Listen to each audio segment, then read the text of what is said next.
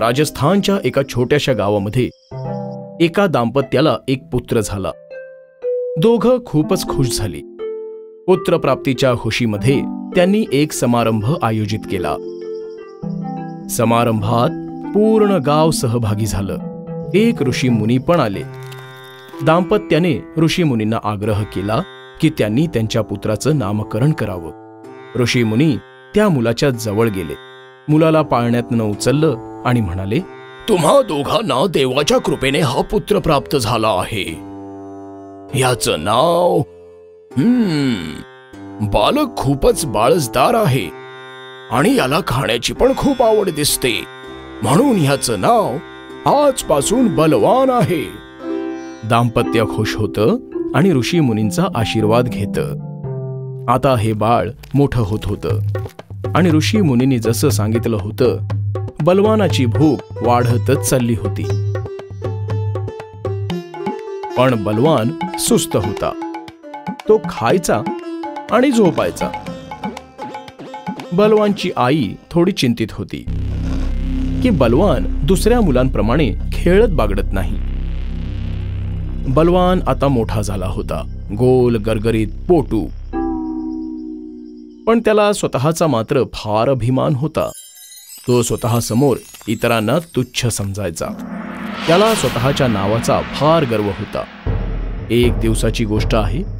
बलवान आणि त्याचे काही मित्र नदीच्या किनारी बसले होते. तेव्हाच एक राजदूत आला. ऐका ऐका ऐका, राजमाता देवयानींची घोषणा आहे. पुढील आठवड्यात राज्यात राजकुमारी नंदिनींचा स्वयंवर आयोजित केला जाणार आहे. स्वयंवरामध्ये भाग घेण्यासाठी राज्यातील प्रत्येक अविवाहित तरुणाला निमंत्रण आहे. स्वयंवराची पहिली अट, भोला पैलवानाबरोबर कुस्ती. स्वयंवराची गोष्ट ऐकून बलवान आणि त्याचे मित्र खुश होतात. मी तर भोला पैलवानाला चटदिशी हरवीन. अरे अनेक वर्ष कुस्ती शिकत आहे मी तर मागील स्पर्धेत अनेक पैलवानांना हरवलं होतं. जर तुम्ही दोघं भोलाला हरवू शकता मग माझं तर नावच बलवान आहे. स्वयंवर तर मीच जिंकणार आहे. बलवान स्वतःच्या घमेंडीमुळे स्वयंवर जिंकण्याची स्वप्न पाहत होता. तो घरी आला आणि त्याने आईला सांगितलं की तो स्वयंवरामध्ये भाग घेणार आहे. आई पण खूप खुश झाली, कारण तिला हे नव्हतं माहीत की स्वयंवरातली पहिली अट ही कुस्ती आहे. स्वयंवराचा दिवस आला आणि भोला पैलवान समोर आला. भोला एक खूप विशाल माणूस होता. आता बलवान घाबरायला लागला. त्याने स्वतःच्या मिजाशीत मित्रांना सांगितलं होतं खरं, पण आता काय? भोला पैलवान तर खूप शक्तिशाली दिसत होता.